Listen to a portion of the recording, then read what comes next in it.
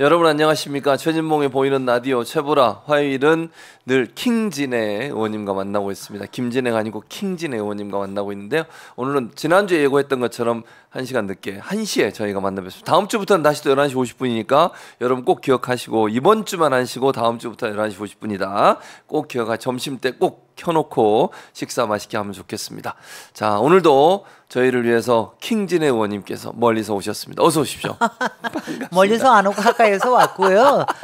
저는 네. 사실 이 시간이 참 좋은 것 같아요. 런치 타임이니까 네. 많은 분들이 런치 타임에 듣기 좋잖아요. 그렇죠. 식사하시면서. 식사하시면서 그리고 요새는 또 꼭 여러 사람하고 같이 가는 것도 그렇죠, 아니고 네, 혼자 가서 할 때도 귀에다 유튜브 많죠. 꽂고 할 테니까 네. 그 저도 이번에 이제 선거 끝나고 나서 이제 오마이 TV 이것도 아니고 안 할 테니까 이제 김진애 TV를 이제 다시 시작을 해야 되겠어요. 그래가지고 거기서 런치 타임에 만나는 걸 좀 해봐야 되겠다 하는 생각이 들어가지고 사실 오늘부터는 여기 오마이 뉴스 이거를 김진애 TV에서 동시 송출을 하고 그렇습니까? 있습니다. 그쪽에서 많이 들어오실지 어떨지는 모르겠는데 그쪽에도 왜냐하면 지금 한동안 안 했기 때문에 뭐 좀 이제 덜 들어오실 텐데 그래도 이제 워밍업을 하고 이제 제가 사실은 그동안은 안 한 거는 뭐냐면 제가 뭘 하잖아요. 그렇죠. 그럼 다 같이 뭐라는 줄 아세요? 뭐요? 너 나가려고 그러지. 안 나가잖아요. 제가 안 나간다고 아무리 얘기를 해도 왜 안 믿는 거예요? 그래서 근데 그 정치는 사실 무슨 일이 어떻게 생길지 몰라요. 네. 가령 저는 이제 지난주 화요일 날은 또 마음 다 안정해서 그전 주일에 여러 온갖 마음을 끓이고 이제 화요일 날 다 정리가 됐잖아요. 예, 그랬죠. 그러고 났더니 또 조수진 후보가 또 사퇴를. 아이고 지금은 웃으면서 얘기하지만 그날은 걔또 이제 밤에 또 제 또 전화 통에 불이 나는 거예요. 김진애 의원 나가주시면 안 되냐고. 대신. 좋은 아이디어인데. 카톡으로 울고 그래서 제가 다 아쉽지만 당에서 잘 알아서 하실 겁니다. 이러고서 했는데 하여튼간에 아니요. 정말 이게 드라마틱하다. 이렇게 드라마틱할까. 그러니까. 그러고 나서 또 이제 그래가지고 이제 뭐 여하튼간에 뭐 그 짧은 동안에 서류가 준비될 수 있는 분이 참 마땅치가 않을 거예요. 그런데 이제 겨우겨우 한민수 후보는 저는 그 전에도 준비했던 분으로 알고 있어서 너무 잘 됐다 싶고요. 근데 그래서 그걸로 끝난 줄 알았지. 그게 끝이 아니었어요. 그게 끝이 아니었습니다. 진짜. 그러니까 어떤 게 끝이 아니었죠? 모르겠어요. 뭐가 또 있었어요? 세종시. 맞아. 사퇴가 아니고 이제 철회를 했죠. 철회. 세종시의 이용순 후보. 이거는 당에서 제명을 한 거 아니에요? 그렇죠. 제명을 하면은 그거는 당연히 이제 후보가 자동적으로 탈락이 되는 거니까. 근데 이게 보통 일이 아니에요. 사실 이런 일이라는 게. 맞습니다. 그래서 이제 저는 이거 사실 세종시 갑은 우리가 항상 이기는 데 아니에요. 그래서 그거 하는 것도 쉽지 않은데 근데 제가 뭐 다른 데 나가서도 얘기를 했지만은 이게요 문제가 있는 게 당에서 서류를 받을 때는 왜냐하면 전체를 다 안 받아요. 왜냐하면 예비 후보를 할 때는 뭐 이렇게 자기가 그러니까 적어내는 것만 있어요. 자기가 재산 목록 한 번도 안 해보셨죠 그거? 네, 안 해봤어요. 그러니까 지원을 안 해봐가지고 지원을 안 해보니까 저는 해봤으니까. 그러고요. 그러니까 그러면 당에서는 그거 보고 큰 문제가 없다 그러면은 당에서 예비 후보 적격 심사만 해가지고 그래가지고. 선관위에 넘깁니다. 그러면 거기에는 이제 예비 후보로 등록을 하게 하죠. 그러면 무슨 생각이 다 드냐면은 예비 후보는 적격 심사를 받은 거 아니냐. 생각하죠, 일반적으로. 거기다가 경선까지 통과를 했으니까 당연히 적격 아니냐. 이러고 다 넘어가는 거예요. 그렇죠. 그건 당에서 다 그럽니다. 근데 이제 선관위에다가 등록을 할 때는 재산 등록을 아주 정확하게 떼서 해야 돼요. 그때는 첨부 서류가 다 들어갑니다. 그러니까 그렇게 되면은 자기가 가지고 있는 그 등기부 등본들 이것도 다 해가지고 들어가요. 은행에 관련된 거 다 들어가요. 그러니까는 이제 그때가 돼서야 거기서 확인이 될 수가 있는 거죠. 그러니까 이번에 보면 이건 아주 전형적인 전세 사기성 갭투기예요. 네, 맞아요. 그러니까 이걸 보고 더군다나 이 사람이 뭐 당에서도 전세 사기 뭐 피해. 무슨 특위위원회 네. TF인가 이거를 네, 맡고 있었다고 그래요. 아. 그러니 정말 저는 그 배신감이 만만치 않으셨을 거라고 생각해요. 그러니까요. 그래서 그걸 잘 하셨고요. 네. 앞으로 제도 개선하는데 네. 당에서 이거를 앞으로 더 해야 된다 그러는데 아니 당에서 뭘 가지고 해요? 그렇죠. 할 수가 본인이 없죠. 내 가지고 하는데. 강제 수사권이 없잖아요. 그래서 이걸 어떻게 해야 되느냐 하면은요. 4년 전에 제가 이제 국회의원 요번에 할 때 예. 저도 지난번에 21대 국회에 선거 예비 후보를 등록을 할 그렇죠. 때는 제가 다 떼가지고 들어갔어요. 그래서 예. 제가 그때 투덜투덜 했어요. 이걸 무슨 짓이냐? 아니 이거는 딱 자기네들이 다 알아서 하면 안 돼? 그렇지. 이렇게 했어요. 네. 그랬더니 그러고 나서 이제 국회의원이 됐어요. 네. 그러고 나서 이제 그 얼마 있다가 다시 이걸 또 제출해야 제출을 해야 돼요. 됩니다. 근데 이번에 뭘 내라는 소리가 없는 거야. 그랬더니 비서가 하는 말이 이제는요. 제가 여기서 왜냐하면 자기네 비밀 코드를 받아서 네. 그것만 가지고 딱 치면은 모든 게 짜라락 나옵니다 그러는 거예요. 자동으로. 그러니까 국회의원에 대해서는 그걸 할 수 있게 해준 거예요. 그러니까 그러니까 거기서는 등기부 등본에 관련된 사안, 네. 그 다음에 은행에 관련된 사안은 다 나옵니다. 나오는 거, 자동으로. 그러면 그거 가지고 확인할 수가 있는 그렇죠. 거 아니에요. 확인 가능하죠. 물론 여기에도 빠지는 건 있어요. 가령 전세권이라든가 음. 아니면은 뭐 저 분양권이라든가 예. 뭐 이런 거는 빠질 수 있지만 그렇지 않은 것들은 다 하면은 아니 송관위에다가 그 권한을 주면 되잖아. 그렇죠. 송관위에서 여기 이 사람 왔어?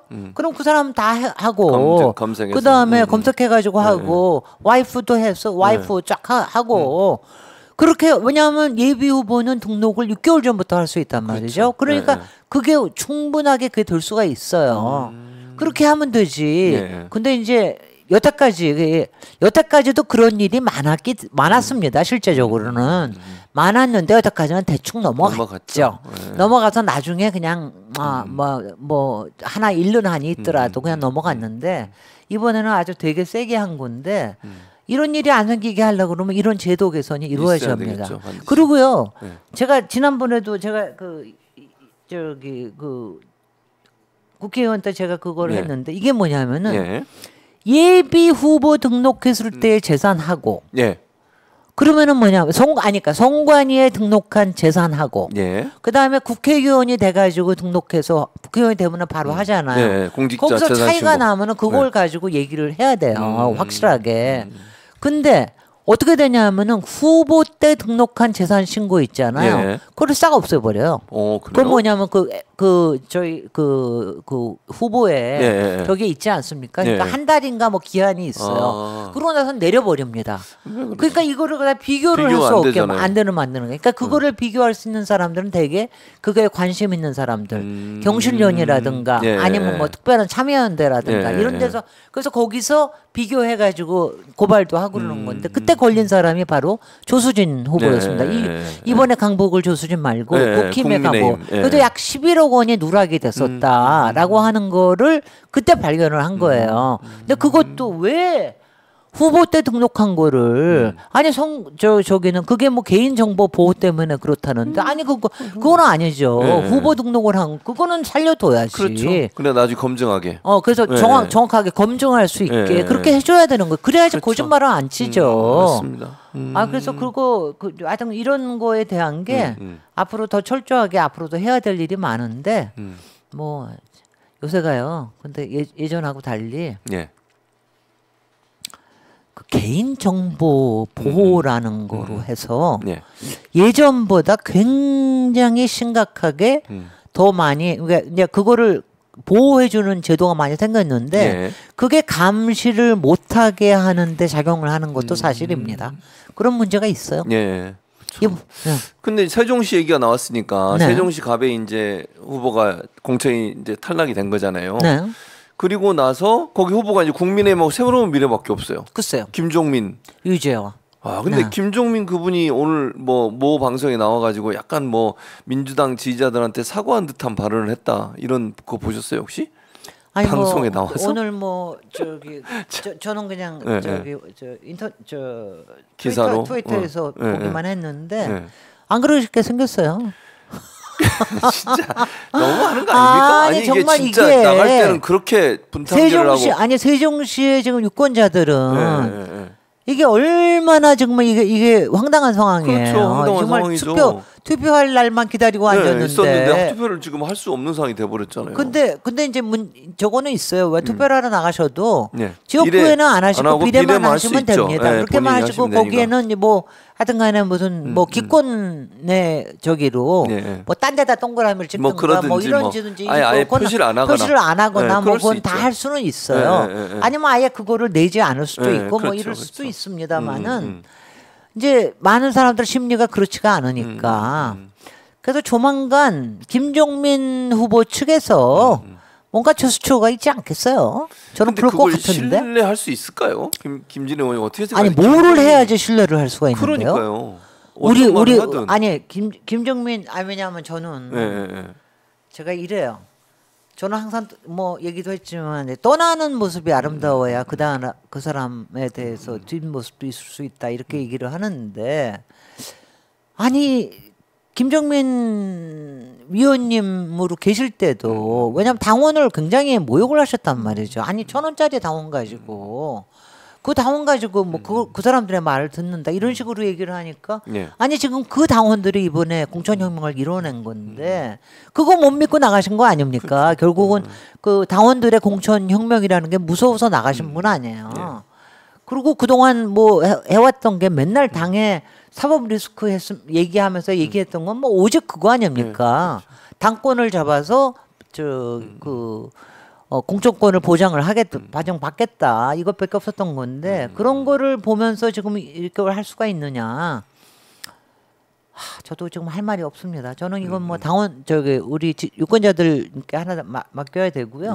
뭐 이재명 대표도 뭐 말씀하셨고 홍익표 대표도 말씀하셨고 이거는 아직은 판단을 잘 못하겠어요. 근데 조만간에 뭐 개인으로서는 아마 그런 저기가 있을 거라는 생각을 합니다. 본인은 이제 앞으로 뭐 민주당하고 다시 합당도 할 수 있다 그랬는데 이거는 뭐 말도 안 되는 얘기. 그거는 말도 안 되는 얘기. 그거는 말도 안 되는 얘기고요. 정말 있을 수 없는 얘기라고 생각해요. 아니 새로운 미래란 이낙연 지금 대표가 있는 새로운 미래와 민주당이 다시 합당을 한다. 그건 제가 볼 때 거의 불가능에 가까운 얘기예요. 그러니까 그냥 선거 때 본인이 표를 얻기 위해서 민주당 분들의 화난 그 민심을 누그러뜨기 위한 하나의 수단이고 전략이지 그게 현실성이 될 가능성은 거의 없다고 봅니다 저는. 그래서 말이죠. 그래서 그럼 이낙연 전 대표도 지금 보면 뭐 진짜 지금이 새로운 미래 대표신데 광주에 지금 여론조사 결과만 보면 뭐 상당히 당선되기 어려운 상황이 민영배 후보하고 상당히 차이가 많이 납니다. 한 17% 나오시더라고요. 현재.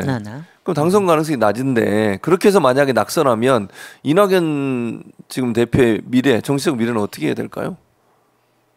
뭐 어떡하세요? 저기 뭐 유유자적하시고 원로로 아주 좋은 원로로 왜냐하면 저는 이렇게 생각을 했습니다. 제가 이번 선거에 대해서는 굉장히 많은 거를 미리 잘 예측한 대로 다 갔음에도 불구하고 오직 이낙연 후보의 탈당만은 제가 못 맞췄어요. 왜냐하면 저는 아무리 개인의 감정도 있을 수 있고 개인의 그 뭐 다른 탐욕도 있을 수 있잖아요. 근데 설마 탈당까지는 안 하실 거다 저는 그 생각은 했는데 만약 이거 보세요. 만약 여기 당에 계셨으면은 솔직히는 만약 정말 이재명 대표가 리스크가 있거나 이럴 때는 사실은 그렇게 흔들어대거나 그러질 않으면은 그분한테도 찬스가 갈 수 있는 겁니다. 아니 바이든한테 괜히 찬스가 갔어요.